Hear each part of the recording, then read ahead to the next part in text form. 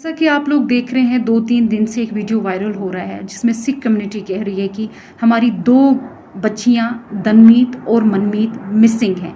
जिसमें मनमीत को तो ये वो बोल रहे हैं कि उन्होंने मनमीत को रिकवर कर लिया है और दनमीत जो है दनमीत स्टिल मिसिंग है। अभी भी दनमीत को हमें दिया जाए।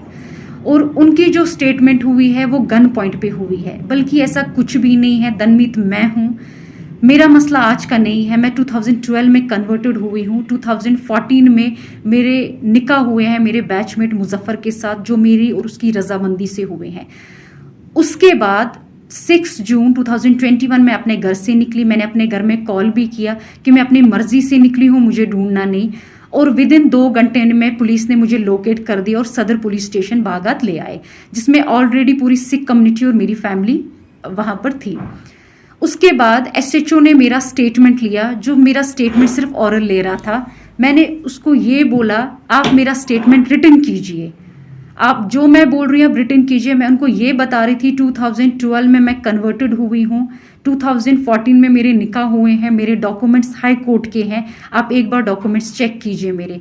और इतना सब कुछ सुन के भी लड़के को लॉकअप में डाला गया था, उसके ऊपर एक्ट्स और चार्जेस लगा दिए गए थे। मैं उनको बार बार बोल रही थी कि मेरा 2012 में कन्वर्टेड हूँ मैं 29 ईयर ओल्ड गर्ल हूँ। मैं एक छोटी बच्ची आपने पकड़ के नहीं लाई कि आप मुझे मेरी फैमिली की ओर हैंड ओवर कर रहे हो।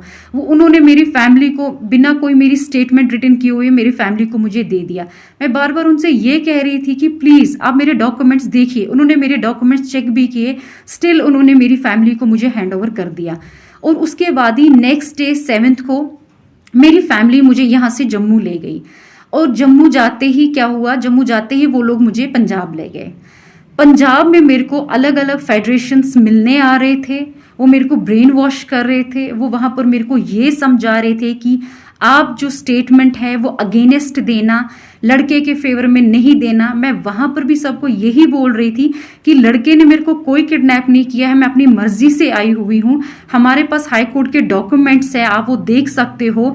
लड़के के ऊपर जो भी एक्ट्स लगे हैं वो बेसलेस हैं, फॉल्स हैं, क्योंकि ये सब मेरी रजामंदी से हुआ है। हमारे जो डॉक्यूमेंट्स है वो हाई कोर्ट के डॉक्यूमेंट्स हैं। इतना सुनने के बाद भी उन्होंने मुझे कहा नहीं, ऐसा नहीं हो सकता है, हम आपको उनके पास वापस नहीं भेज सकते हैं। मैं उनको बार बार कहती थी आपने कोई 16 साल की बच्ची पकड़ के नहीं लाई है, मैं एक मैच्योर गर्ल हूँ और मैं एक एजुकेटेड गर्ल हूँ।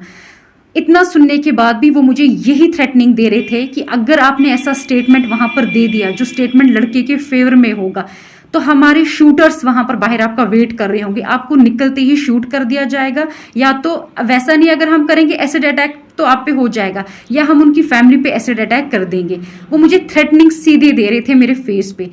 उसके बावजूद भी मैंने उनको कोई वीडियो नहीं दिया। वो मुझे कह रहे थे आप हमें अपना वीडियो दीजिए, वो वीडियो हम कश्मीर में दे देंगे, कश्मीर का जज उस वीडियो पे अपनी जजमेंट दे देगा। लेकिन मैं उनको कह रही थी ठीक है, वीडियो तो मैं नहीं दूंगी। अगर मैं स्टेटमेंट दूंगी, मैं जज के सामने स्टेटमेंट दूंगी, मैं वहां पर ही दूंगी, क्योंकि सब मेरी रजामंदी से हुआ है। मैं किसी बेगुनाह को नहीं फंसा सकती, क्योंकि ये सब कुछ मेरी रजामंदी से हुआ है। जब मैं घर से निकली, मैंने घर में कॉल भी किया कि मैं किडनैपिंग नहीं है, आप लोग मुझे ढूंढना नहीं, मैं अपनी मर्जी से निकली हुई हूँ। और उसके बाद भी उन लोगों ने मेरी बात नहीं सुनी। तो हम जम्मू आ गए, क्योंकि उन्होंने उनका जो प्लान था, जो उनका नेक्स्ट प्रोपागेंडा वहां पर ये था कि लड़की को गोल्डन टेम्पल से बाहर निकालो। लड़की जैसे ही बाहर निकलती है हम इस पे कोई अटैक कर देंगे। मे बी वो कुछ भी हो सकता था, वो एक्सीडेंट भी हो सकता था, वो शूट भी हो सकता था।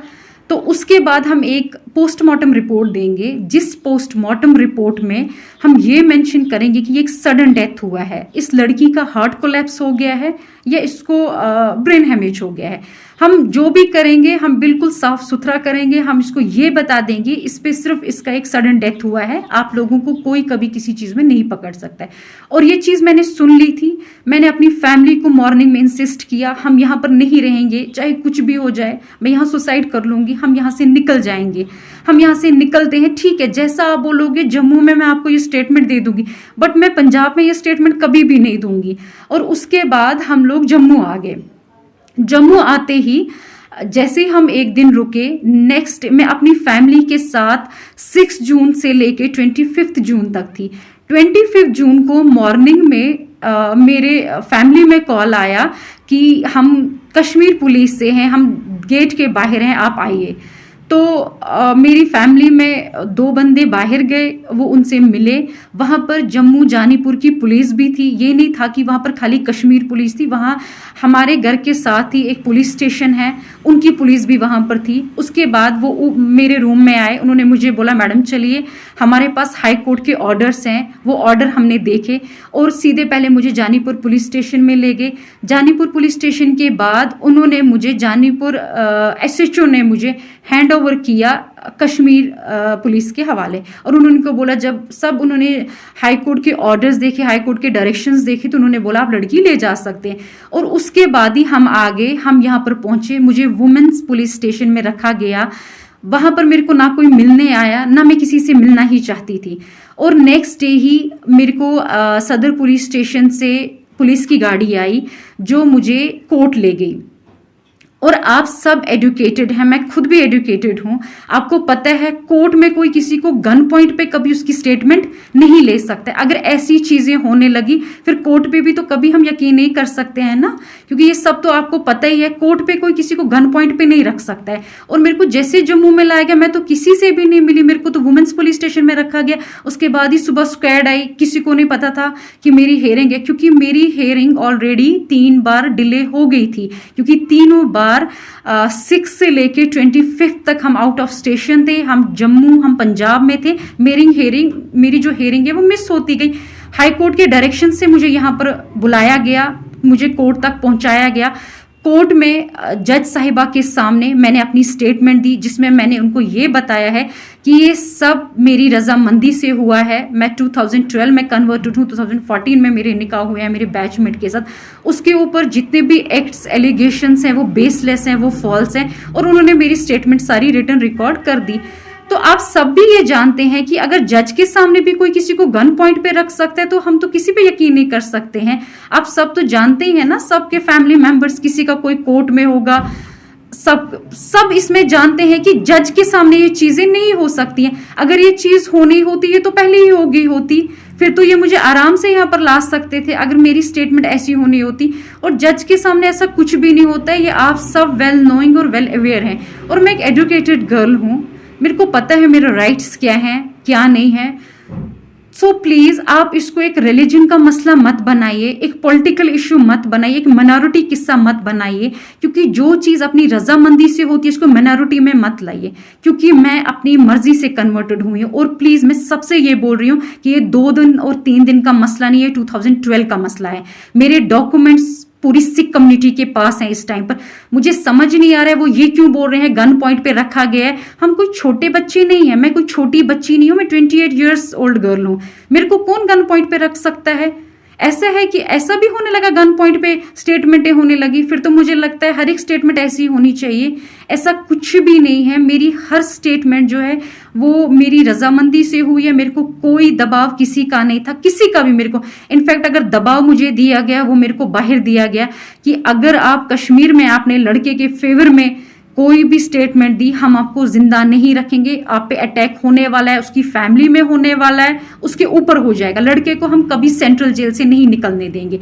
यहाँ पर तो वैसा मेरे को कोई थ्रेटनिंग नहीं था, मैंने तो फ्रीली अपनी सारी स्टेटमेंट यहाँ पर दी है।